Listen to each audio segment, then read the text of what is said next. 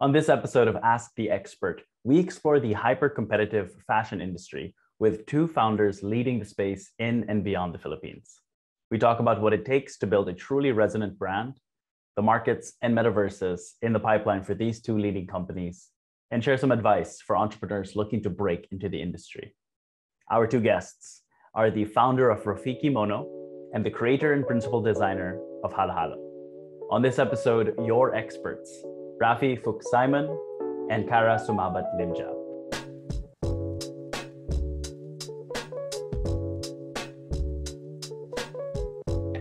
I just want to say it was really cool. We got to meet Cara a few weeks ago in Davao. We were at a pop-up, and usually like the brands don't really go down to do the pop-ups, but we wanted to go. And it was cool because Cara and her team also like wanted to go, and we're down there. And I remember the first day the pop-up opened, we had to get there a little early to make sure everything was set up. There was a line outside because they were all trying to buy Halohalo bags. Because I'm serious, and like it was awesome, and like I was like, dude, this is so cool. I can't it would be only a dream to be able to have people lined up outside of a pop-up so they can buy your stuff. So that's how I met Cara. So it's so cool that we can be on this call together because I know, it's so good. It's like a mini reunion, but yeah. with some rando from New York and like sitting in. Yeah, absolutely. Well, actually, that's a kind of great segue because I was really curious, Cara. Last time we spoke, you were in Cebu, right, for another show. So it seems like everyone's going on this road show again, going around the country doing these pop-ups. So I'm curious for me, both of you, what is it like being able to do these in-person events again, finally after 2 or so years in lockdown? Yeah, me first. Okay. I mean, it's really amazing because I think for us doing things online was such a struggle, just because like we didn't begin online, like we did mostly everything like in pop-ups. So we were so used to interacting with customers that way and being able to explain things and like really demonstrate, get them the just have that connection with a client.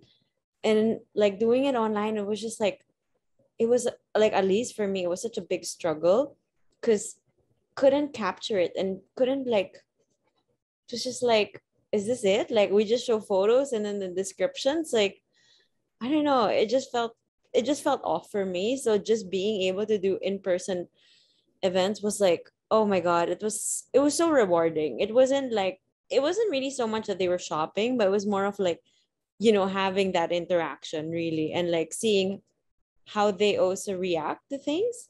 Because like when they buy online, you have no idea if they're happy or they're buying it for someone or like, I don't know. It's just...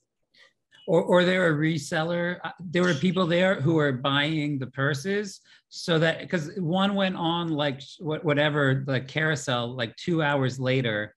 It was really crazy. So you never know what people are shopping for. Yeah, that too. Oh my God.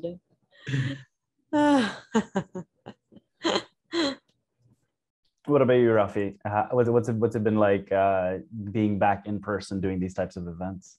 Yeah, it's as a company, we didn't even have a website until the pandemic, until like a year into the pandemic, because we were so used to being very like personable. Like for us, we started off, we both had full-time jobs, and then people would come over to our living room and have like a glass of wine with us and like check out our kimonos, and we called it our showroom. And literally it's just like, we got to meet, I always say this, the first like 500 of our customers, because they came in through somebody and they found us and they come into the showroom. We talk to them on Instagram or whatever, but they come in and we see them try on the things and which ones do they like, and can I put my hands in the pockets and all of these things. So it's sort of like totally part of our like creative process was like bringing in guinea pigs to buy stuff from us and seeing how they react, and so like not having that sort of person-to-person contact was super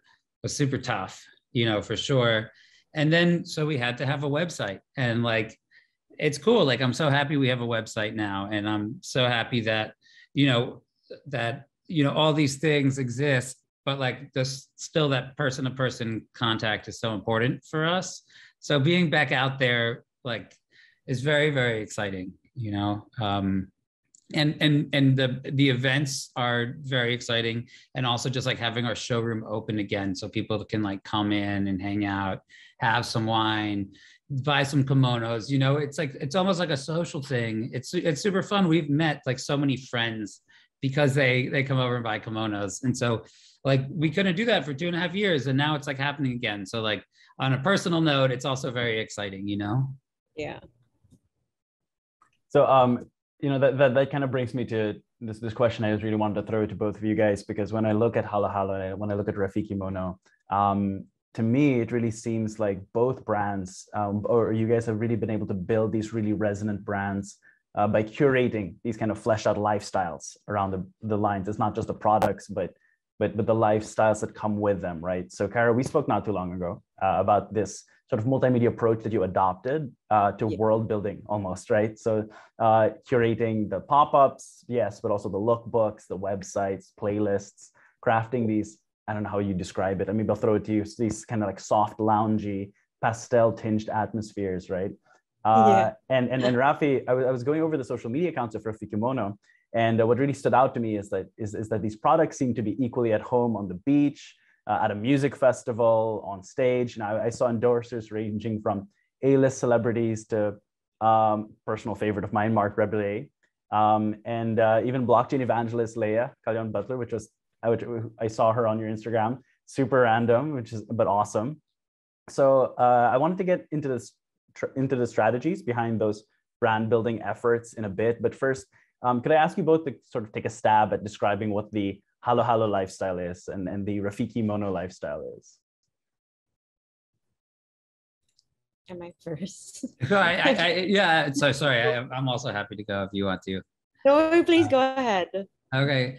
The Rafikimono lifestyle, it's kind of funny because in one sense, people like have a brand, and the brand is like this thing, and it has to have its fonts and this, and has a voice.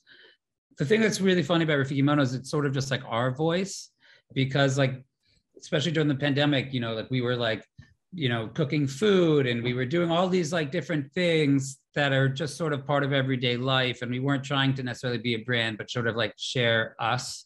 And so in one sense, it's like hyper personal.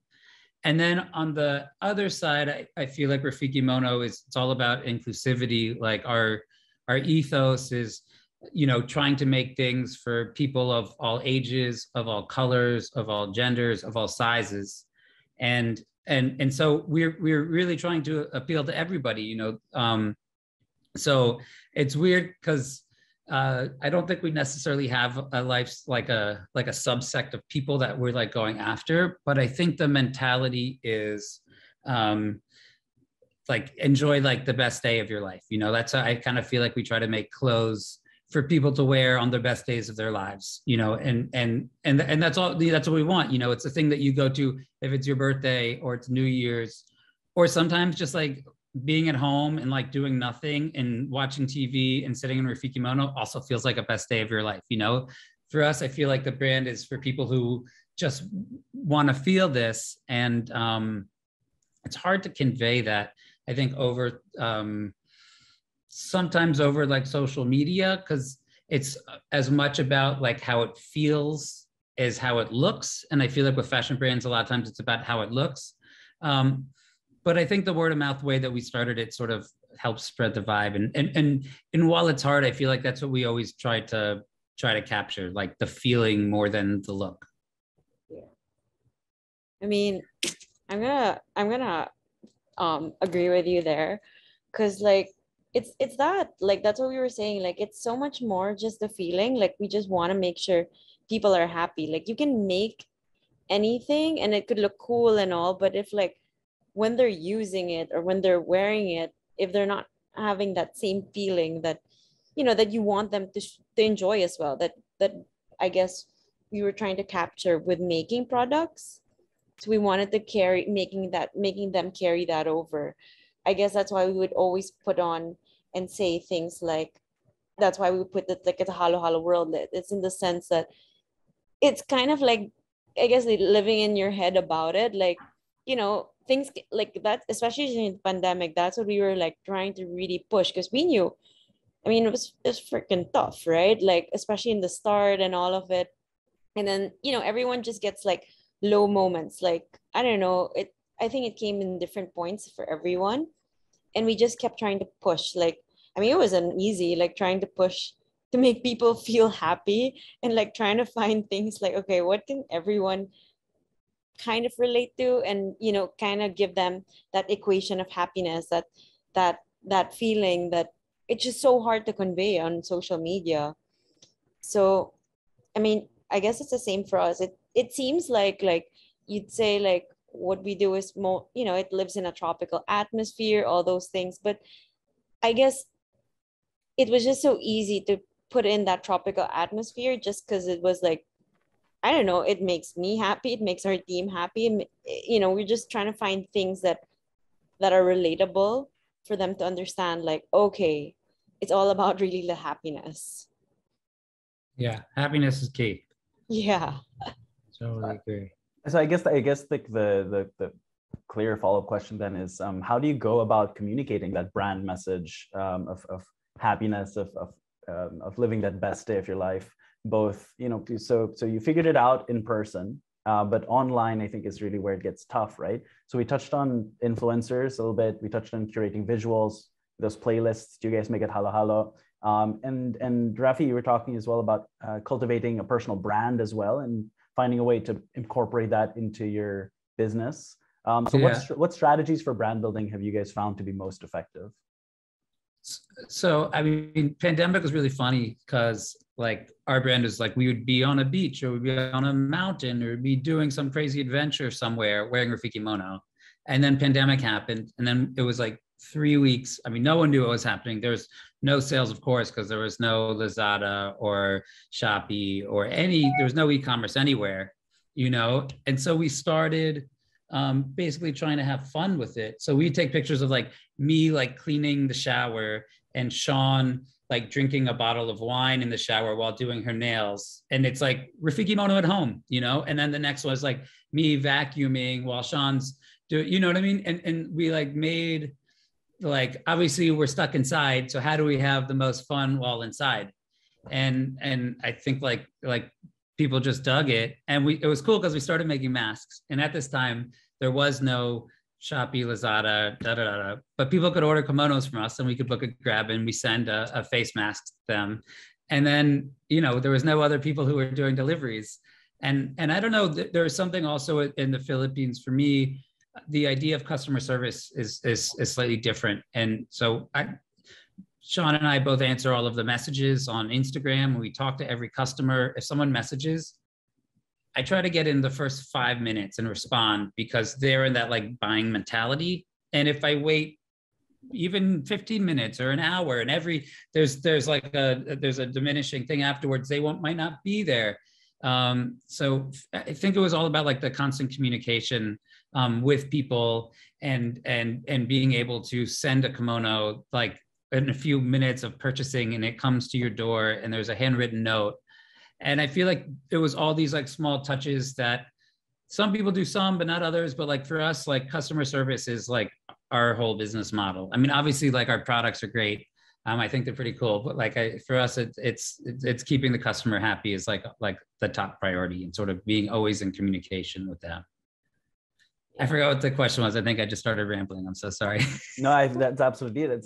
The question is really, how have you been able to communicate that idea of living your best day ever, living those adventures online? And so, yeah, customer service, absolutely. I mean, that experience of being at the showroom, I kind of trying to find ways to communicate that in this kind of socially distanced way, right? Yeah. I mean, I guess it was also the same for us. Like, we got in, like, before the pandemic happened, we were like pretty set on doing like this big home launch. Like, we wanted to like really focus on home, not thinking about lockdowns or anything. We just really had all these things planned out, and we were supposed to do like an event and all. And obviously everything got pushed back. So I think we were lucky in the sense that our focus was really for home. and we had like a really good full collaboration with Imorio as well. So there was like a big hefty home collection, and it kind of just was good timing because I think we launched it pretty much closer to when we can start delivering things out, because a lot of them obviously were home pieces, so it's pre-order. So we were like so focused on that, and we finally got to capture the audience on like appreciating the home pieces more, because we'd have them during pop-ups, but like, you know, you're also like in this small space, like you can't really showcase so much, and you really want them to like be able to sit, enjoy, feel it out, like, you know, imagine where it would be in their place, or like get it for their future place or whatever. So we were able to like really find ways to make it relatable to everyone. So some of them, you know, like a lot of them were like, you know, home things, but we also like have these little poofs, so we wanted to make like fun games with them. So we did like a bunch of like challenges for people to like to copy and all, and it was just like doing silly things even with our dogs, and like, I don't know, I think those like things that it just made it more relatable, I guess, for everyone, because it was just like, okay, we're all at home, like how else can we have fun? So we started doing that, and you know, we kept going, and then slowly we we got lucky and work with this amazing artist and who does all our renders. So we like, you know, at that time it was impossible also to like, even if like it wasn't a lockdown, it was still kind of hard to shoot outdoors, especially like for home things, because it's like so massive, and like you want it to be in a like a in a great setting, and you don't, you know, you can't really be out for long, or like make sure there's no one there, you know, couldn't get permits of where to shoot. So we were able to like dream up where we would want the pieces to look to be. So we kind of kept and creating that dream world, I guess. So just I guess just like things just to make it, you know, fun, relatable, but also like also making that kind of, you know, sparking that imagination for them, like where would I be like if I'm sitting on this chair? I feel like I'm in Iceland with all the rocks around. Like, just I guess we want I at least for me, like I wanted people to feel still creative and still believe that you can still imagine. Yep. Like So something that that was hard. something Yeah. that jumps out to me there is creating those opportunities for people to really interact with the brand, with Halohalo, make it their own. And I think that sense of ownership over the brand really shows in the community you guys have cultivated. I mean, case in point, Raffi, you mentioned the moment the pop-up over Davao started, there was just a line already for their booth. So clearly people have a sense of I don't know if you want to call it loyalty, but there's a strong affinity to the brand. There's a pull to it. People identify with it, right? And similar to Rafikimono as well. I mean, just from what I see online, if I were active at all on social media, I absolutely would be posting selfies in this one kimono that is going to get It's worn not too late, down. you know? You know, this thing is going to get disgusting after a while. I need to wash it at some point, right? Yeah, it's you can totally wash it. To be honest, there's these little hooks, but if you have one of those like mesh bags, you can put it in the washing machine on Okay, gentle. thank you. Okay, Hang good dry. to know. Good to know. Yeah. So we've been talking about your businesses sort of in a vacuum, right? So I kind of want to try to place them within their competitive landscapes now. So this year, the apparel industry in the Philippines is expected to reach about $4.6 billion, and it's growing a little over 5% per year. So it's an incredibly, you could say it's an incredibly saturated market. You have fast fashion giants, boutique brands competing head on for the same sort of closet space. And seeing as on average, Filipino consumers are only spending on about 2 or 3 pieces of apparel this year. How do you manage to stand out against your competitors? I guess I'll go first. Let me think. So how do we manage to stand out from our competitors in this? So first of all, I feel like with the fashion industry and fast fashion in general, like there are certain rules that apply that everybody sort of follows. And I am not a fashion designer by trade. It's just something that I like doing. I sort of figured out on my own. But we don't really follow any of the rules. So things like having different, like having spring, summer, and winter, fall, or then having 4 seasons resort wear, and then having like something new come out, you know, every month or every week if you're a giant, and then having sales. Like we don't have seasons, we don't have sales. We sort of like just maintain our products. Like we focus on quality. We've basically come up with, our goal was, how do we create the perfect cut, like the perfect robe that's has utility, that you can use different ways and it fits everybody. So it's like we come up with this canvas. So this is the robe that sort of has drop shoulders. It has a lot of space around. There's pockets. The pockets, instead of being 5.5 inches or 7 inches. And that means if you're 6'4" and you put your hands in the pockets, you're comfy. If you're, you know, 5 feet tall, you put your hands in the pockets and you have it. So we sort of designed for utility, and the way it looks. But like for us, it's like you have to be able to put your cell phone in your pocket and not get a bulge. And we make, you know, shorts, and we have kimonos, and that's always like our goal. Like we think like, how do we design things to hold a cell phone? I don't know if H&M or other people necessarily think like that. And like we started selling masks during the pandemic, and we made, Sean's sister works in the hospital, like, and there was not able to get masks. And so we made masks, and there were the split masks with the things and the ear things. And I remember thinking, these are the worst things ever. Like I didn't want to make masks at all, but I'm like, if we're going to make masks, let's make them right. So we figured out the right cutout. So it fits your face, all different sizes. And we put a bamboo microfiber inner liner, which is hypoallergenic. And it just like, it made sense to us. Like, what do you want on your face during the pandemic all the time? Do you want something that's sort of antimicrobial and heat, you know, wicking? And so we made masks with this. And I don't think anybody else made masks with bamboo microfiber on the inside. And so, yes, I think we charged a little more for our masks, but I don't think they put the thought and other things into it. And I think people are willing to pay for quality products at a reasonable price, you know? And so I don't see other, like the fast fashion things fall apart right away. And then and I don't know, I don't know who our competitors are. Like no one else, you know what I mean? So I don't even feel like we fit into like the whole fast fashion or like the fashion trends. And we just sort of like do our own thing. Like it's basically a canvas and we keep changing the pattern on it, but every other company has a new product all the time. We sort of add to our product lines, but they never really change. So I don't know. I don't think we like fit into the paradigm of where people buy fast fashion, but perhaps. Cara, last time we spoke, you said something similar. I asked about your competitors, and you said you don't spend a lot of time thinking about competition at all. No, I don't know. I just feel like it's a waste of effort. And it's also like, I don't know, just for me, like, I just want to zone in the sense that I don't also want to end up accidentally like copying or like being inspired by a competitor or like seeing what they're doing.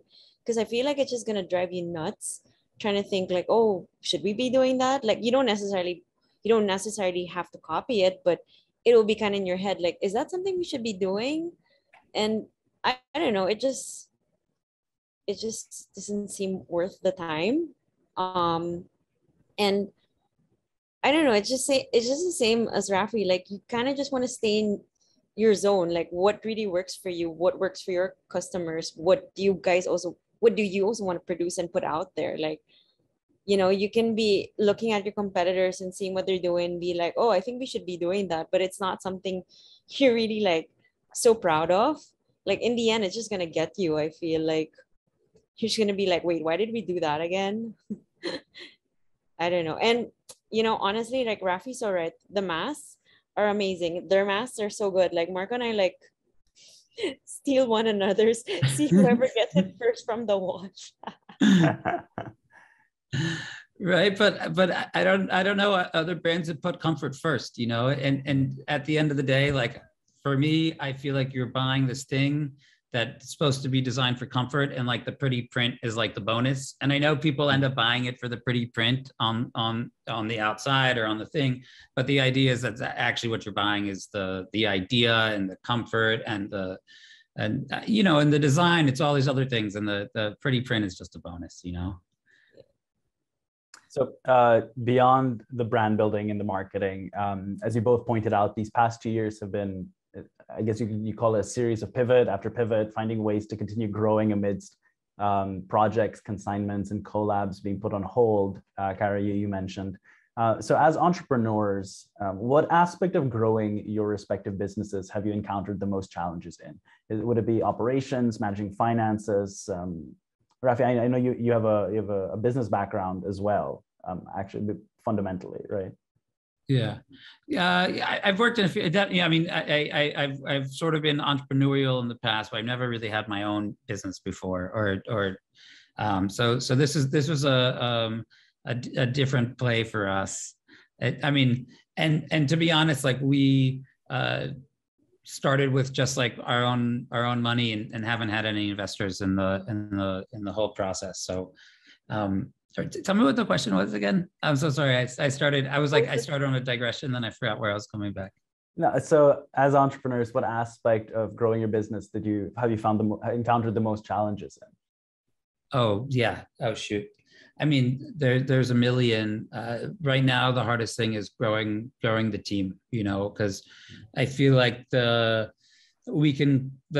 growth of like the business and the growth of the team sort of don't necessarily coordinate with each other. And we've always been a very like small team and obviously like pretty close. And now we're trying to grow with like a flexi schedule. And like that is, it's just a whole different way to organize and to think. And so the company growth like that has been a challenge. Rafikimono started because we would go fabric hunting. So we'd go sometimes on the weekend and go to some country and we'd fill up our suitcases and then bring it back with fabric and then make stuff out of it. So I was doing like probably once a month pre-pandemic, where I traveled to some place, I fill up my suitcase and I come back. And then pandemic happened. And so then we no longer had the ability to like travel and fill up our suitcases. So like there was a big pivot in how we do things, especially because our supply chain was totally had to be changed. But I never thought we could do it until you had to do it, and then you had to find a way to do it, and then it's better than it was before. So so that's it. I feel like you gotta like sometimes. I guess my lesson was, I would never have done this if I didn't have the problem. But then I realized that it's worth it, So sometimes like taking that chance is definitely a new way to think about how you're going to structure your business. Like, check it out, it could work. Yeah. Cara, have you had similar problems growing the Halohalo team? And then, well, we had problems like at first, like getting like really like the operation side, like really like having assistants like helping us sort orders, do all of those things. I think that was like a tough one, also because no one was, we were like looking everywhere, Job Street, all of that, and it was so tough because also people were so scared to work. So at the start of it, like we were trying to interview us, whoever would show up, whatever respond.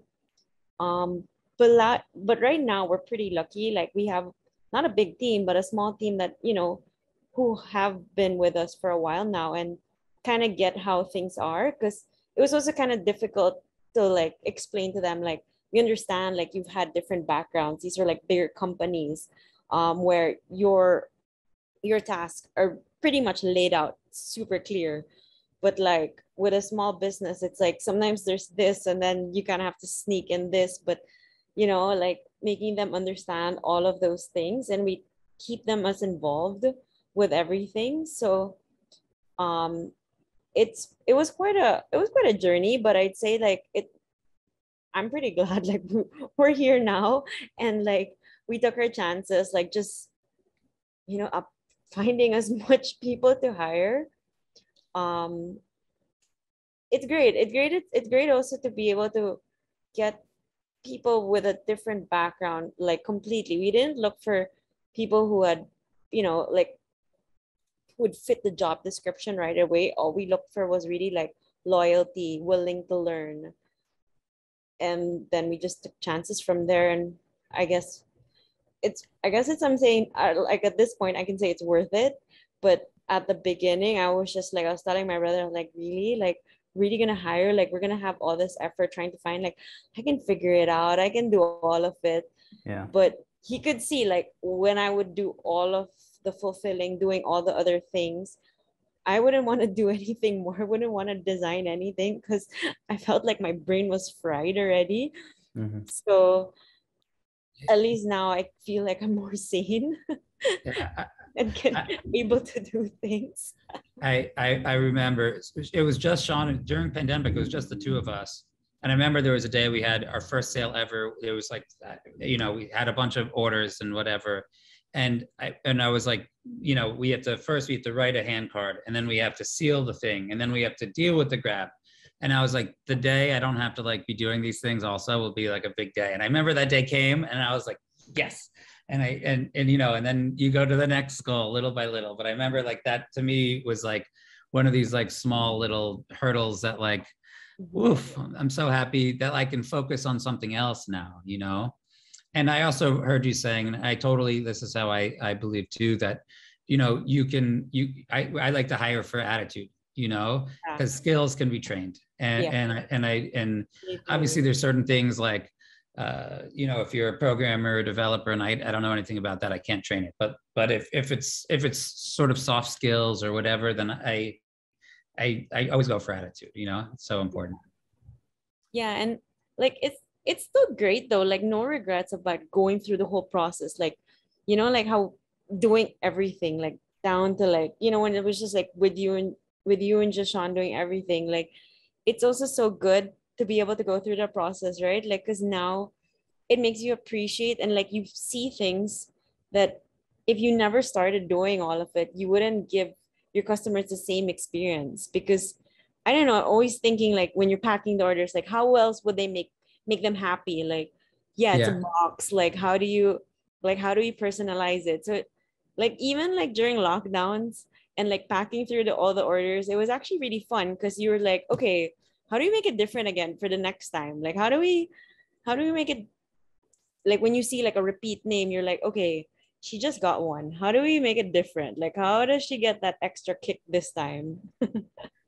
No, totally. And we got some like sometimes we find a brand that we really like. Like there's this chocolate company, Plentitude, who started recently, and they have cacao. They have their coffee. Their chocolate comes from a bunch of places around the Philippines and made here. We just give a pack of it. It's like 200 pesos for a bar, which is a good amount of thing. But like when we send a kimono with the chocolate bar in it, like people remember, and it's usually like it's the second time that it's been a customer, or if it's for a holiday something, like I've talked to investors and they've been like, how many kimonos is one person going to buy? At the beginning we only had kimonos, and people are like, it's like the business doesn't really make sense, because if people aren't going to buy two kimonos, because it's like, so you lose a customer after you have one sale. And we found that that's not the case. We try to build customers, not for the first sale, not even for the second sale. It's not even for the sale. It's like we're trying to build relationships with them, so they'll always be happy. And when it comes up in conversation with somebody else, like they'll have a positive thing to say about us, as much as it is that they will become a customer, But that's it. And it's all these like little personal touches, I think, that make a difference. And what you're saying is that you learn this because you have to do every step of the process. Yeah. And I totally agree. Like when you start a baby company, you can either hire staff and assign them roles and have them do the thing, or you can start doing it actually yourself. Yeah. And I feel like that's something that we have had. But there's a lot of e-commerce companies, they start off and they already have 5 or 10 employees, and they have their, Facebook budget and their Google Word budget set up for their media buying. And like we've never done that. Like we probably haven't had the same type of speed of growth as somebody with a crazy marketing budget who spends a lot on Facebook. But then as soon as they stop spending on Facebook, and Mark Zuckerberg stops getting money, like then their products, no one will buy them. You know, it's sort of this sort of hamster wheel. And I think for us to develop a brand, while probably a little bit slower, that sort of has a natural role to it, has been so important to us. And I think that really came because, you know, we've learned every process of it. Like I learned how to use Photoshop during the pandemic, so we could have graphics, you know, but it was fun. Like I love that. And now when I talk to a creative, I can give them much better, you know, I can explain to them better. I could be more articulate because I sort of know the basics of the tools that they're using. Yeah. Yeah. Speaking of growing pains, Cara, last time we spoke, I asked you and your brother about the moment you realized you had something promising going on with Halohalo, right? So that like light bulb moment. I'd love to throw that question again to both of you. Raffi, you kind of touched on this a little bit. Could you tell me about the moment you realized people were genuinely vibing with your brand? Like the inflection point where you went from, okay, this is a cool product to, wow, this is a viable business? Yeah. There's just, so I was like, there's been so many, but there's two that happened sort of around the same time.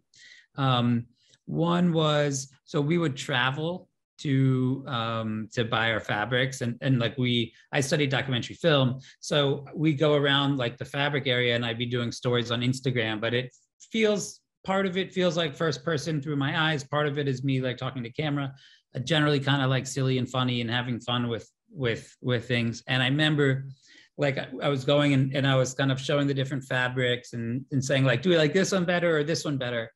And somebody had purchased that fabric, a kimono of that fabric, because they'd messaged me on Instagram because we didn't have a website at this time. And they'd sent me the thing and be like, get that fabric, I want that. Oh. And I was like, holy shit, we got paid before we even purchased the fabric, you know? And so that was one of these like super crazy moments for us. And the other one was we did this, it was like we started in like March, more or less, of 2019. And then somehow, what's it called? Manila Fame reached out to us to have a booth like a few weeks before. And we're like, holy, like, this is amazing. They're going to have like some clothing for the first time. So they give us a booth. And I remember the whole point of Fame is like to get like buyers, to get like people to do consign, you know, or to get people to do wholesale. And it's mostly for furniture. But so we go and we don't get any people who want wholesale, but we sold as many kimonos as we do in 2 months and, you know, in 2 days or in 3 days. And I realized then it wasn't like the business wasn't really about, it's about the individual people and it's about the feel and the touch.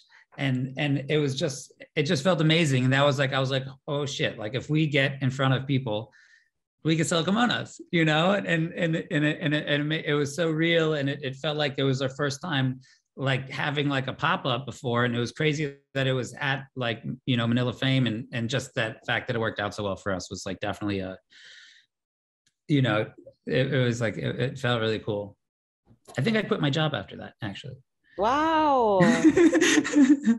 That's amazing. Yeah. That is awesome.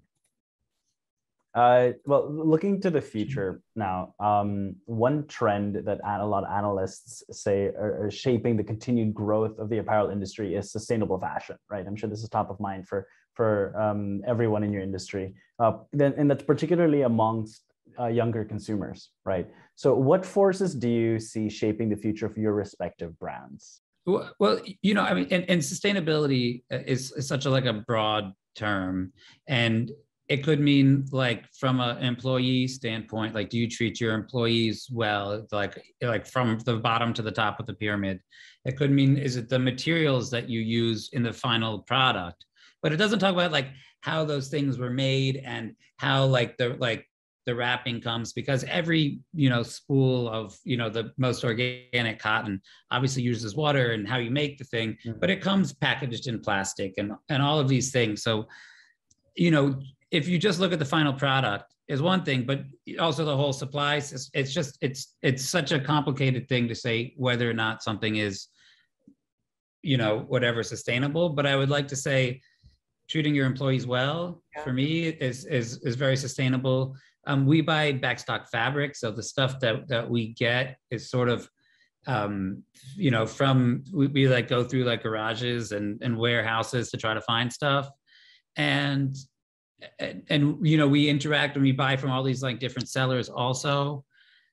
And so I don't know, and then we try to have zero waste. So like, whatever the leftover scraps are, we make stuff with. I've been saving all my scraps because we were to do IMAS, and then pandemic happened, and I was like, oh, cool, like, because it's not waste. But if you generally make clothes, if you have a shirt, there's certain places that are cut off, and you just throw those scraps away. Every fast fashion company just throws those scraps away. They don't get reused or rethought about again. And so even if those scraps are organic cotton and the best, but you still, so I think it's a tricky topic, absolutely. But I think everybody has to try their best to be sustainable in their own way, Yeah, agree. Fantastic point.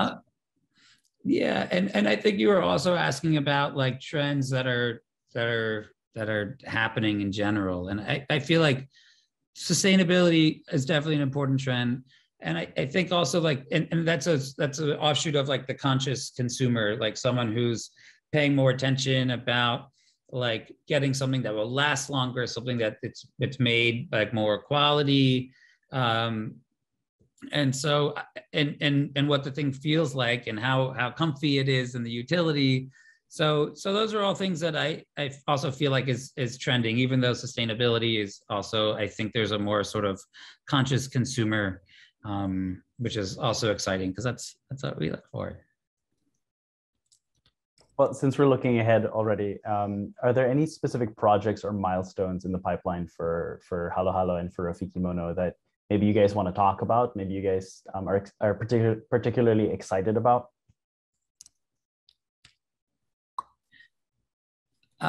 So we have a few things. One is we have a NFT launch that we're going to do soon, and I've been into crypto for a long time. It's actually sort of how we started our Rafikimono company, which is so sweet, several years ago, and I've been super stoked about having an NFT and doing something super cool, but I just feel like the market's sort of taken a crazy turn right now. So we sort of postponed this a little bit. So that was something that I was super excited about, but now is like not happening. I mean, it will happen, but we're just gonna wait a little bit. And then we did a pop-up right before the pandemic in Milan, and it was super fun to not only do things like in the Philippines, but I feel like we always try to reach new places around the world. So in September, we're hoping to do a few in Europe. So I feel like for us, like that's I don't know, it's very exciting for us to like be on the road, like in another country again, Yeah. That is really exciting. Cara, you guys had some NFT plans as well. Yeah, we actually did. Yeah, but I feel like it's a little bit delayed too, same as Raffi. But I mean, it's still gonna happen. But it's similar, we're also planning to do a bunch of like things outside of the Philippines as well. We want to do more things globally. Feel like it's time to like do something else and broaden it. I feel like it's been tough for like the clients that we get like through social media. They come from everywhere. We see a lot of like abandoned checkouts from different countries, and we're just like, oh man, this sucks. Like we want to be able to reach more people. So honestly, like for us, we feel like doing something online might not be the best yet, maybe for international. So we might just do the actual groundwork and figure it out. So that's a major plan. I don't know if it's full on this year, but at least like that's the goal. I suppose to replicate the same kind of community building you did early on, right? Yeah. Like elsewhere in other countries, right? Yeah. Getting people that get that tactile kind of interaction, right, with new communities. And it's like, it's great because I feel like they're already there. I mean, they're kind of captured just with like social media alone. So I think it's just that other step of like getting them fully in and just feeling like, oh, okay, I can be part. Like sometimes with social media, like it's still such a big barrier. Like it's still some wall that's there that you don't know, or you're not sure if like, can I like are you able to go through like to get them to step in? So I think Yeah. that's a barrier we want to really like take down more. Cool. We, yeah, no, I totally agree.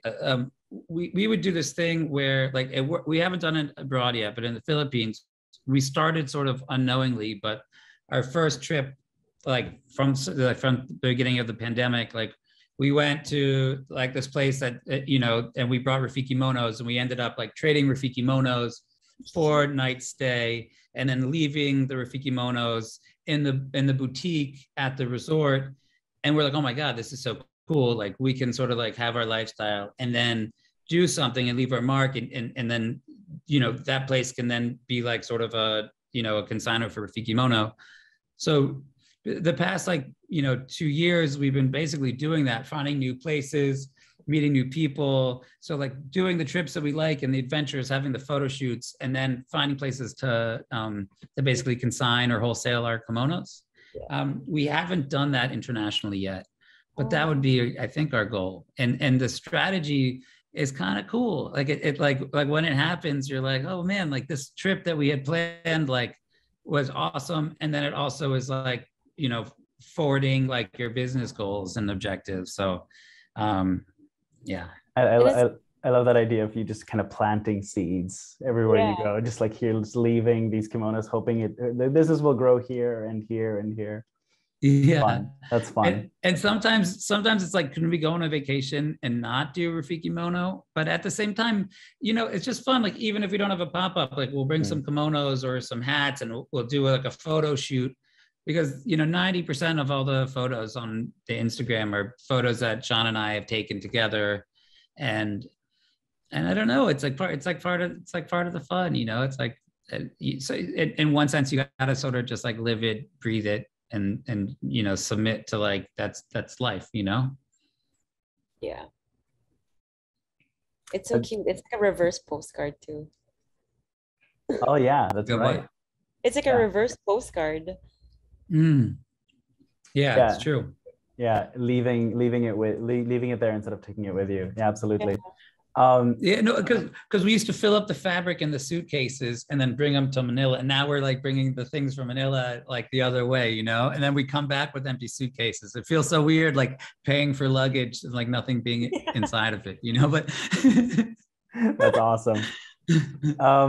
Just a quick point. I don't think we need to dive too deep into this, but just a quick point about your NFT plans. I find it really compelling as a strategy, because you guys have spent so much time and effort, years building a lifestyle and building a brand, articulating a lifestyle through your brand that people really feel a sense of ownership over and feel a sense of belonging. They identify with the brand. And so finding new ways to allow people to in a very practical sense own parts of the brand, it just makes a lot of sense. And so I think there's a lot of speculation, there's a lot of speculative investments in NFTs, and there's a lot of hype and nonsense as well in the space. It's a crazy space because of that, but there are real I think there are real use cases, and it seems like for brands like yours, where people genuinely feel a sense of belonging and a sense of like ownership over it, it does make sense as a strategy. So just it's something that kind of jumped out at me last time we spoke, Karen, and Raffi, as you were talking about it. Cool. Yeah, I mean, so I don't know if you want us to talk about the NFT projects or not talking about them, or I mean, you can absolutely if you'd like to. Oh, cool. Yeah, so that's for us. It was because I've been in the crypto space for a long time, and I have some NFTs. I don't have too many, but I don't get into like the generative one of 10,000 projects. But if there's an artist who I really like and they're minting their first NFT, I'll get that. If it's like a group, it's a DAO to help something. If it's just something that seems interesting or perhaps have utility and you join it's a membership thing, then I'll maybe you'll get it. And so coming up with like what we can do for Rafikimono for an NFT was a little bit, we had to make sure there was utility and make sure something was unique. And for us, it's also tactile and about how it feels. So we basically came up with this concept where there's a kimono and an NFT. Our logo is a unicorn on a unicycle. So it's going to be reimagined for every NFT. And each time he will be having a different kimono on. And each kimono will be a new print that we haven't had previously at Rafikimono. And so when you buy the NFT, there'll be basically 10 of each NFT. And so it'll be fractionally owned, and the people who buy it will also then get a Rafikimono limited edition kimono. And so that was our way to connect the kimono to the NFT. And then also the NFT can actually be 4 separate files. So one of them is the artwork, but the other is the print. So that, let's say in the future, because people don't really know what the metaverse will be and what type of skin you will have and how will that be, but probably there's a way that, let's say if you buy a skin of a jacket, or you get one of shorts, you get one of a ski something, that you can put in the JPEG of the print, and then you can be wearing it, so yeah. So those two things are like on the artwork side, and then you also get a Rafikimono out of it, which will be kind of sweet. That's awesome. Yeah. I mean, again, going back to it, I spend so much time in this freaking kimono. I might as well, if I'm on the metaverse, I might as well spend time wearing it there too. Absolutely. Right. Yeah. Well, really exciting things ahead for both Rafikimono and Halohalo. Maybe, I think, because I don't want to take up your entire mornings, maybe as a parting word, could I ask, what advice do you have for aspiring entrepreneurs looking to break into this space? I don't know. I would always just say, like, just go for it. Like, if it feels good, if your gut and your heart is telling you yes, just go for it. I mean, worst thing that can happen is like it doesn't work out, but you can also always try again. And like, I don't know, it's never over really. So like, if you want to do something, just go for it. And if you want to keep going, just keep going. It doesn't matter even if you keep failing. Like, we've had so much ups and downs, and like, I don't know, I never dreamt that it could become something that I could be doing for a while. Like, I always thought it was just, it's just a passion project. And honestly, like, until today, I still feel like it's still a passion project. I tell everyone I'm a housewife, so yeah, it just doesn't feel that way. Yeah, true. For the fashion or for the clothing space, it's so easy to go on AliExpress or Alibaba and get, a set of something that you think is cool and have them embroider your logo on or whatever and get it and sell it. I'm not saying don't do that. I'm just saying you can do that, but you might get tired of it, or you might not feel the passion. And there's something about going through the process and figuring out all the different steps that when you go through that and grind, you have a different appreciation for the business. And if you want to jump in and stay in the business for longevity, then I think it's good to approach it that way, So that would be my first sense of what you'd want to do. If you wanted to have to start a company in the fashion business, is like actually get down and dirty and try it yourself, because sometimes just doing the marketing itself is like, it's nice to switch it up, because the other side, you're just doing sales and marketing, and that can get tiring. It's nice to be like very involved in the creative process, and it keeps your head sort of moving and happy. And my other piece of advice is just understanding, like, I think like perceived value is so important. And how do you try to make something feel valuable or worthwhile to your customers? It's not saying that when they spend money on it, you want them to feel like it's money well spent. When they get the thing home, they don't say, oh shit, can't believe I just wasted X amount of money on this thing, you know? Even if they're gonna spend a good amount, you want them to get home and to be happy about their purchase. So make sure that when you're making products, like that's the goal in mind, because that's how you keep customer retention, and that's how you keep other people telling about your brand and you growing, you know, in an organic way, I think. Awesome. Well, Raffi, Cara, thanks so much for sharing your mornings with me. Really amazing insights. And I really hope to chat with both of you again soon. This is really awesome. This is fun. Cool. It was such a pleasure. Thank you so much for having us. I love the reunion very much. Yeah. And, have a real one looking forward soon, to the next time. Yeah.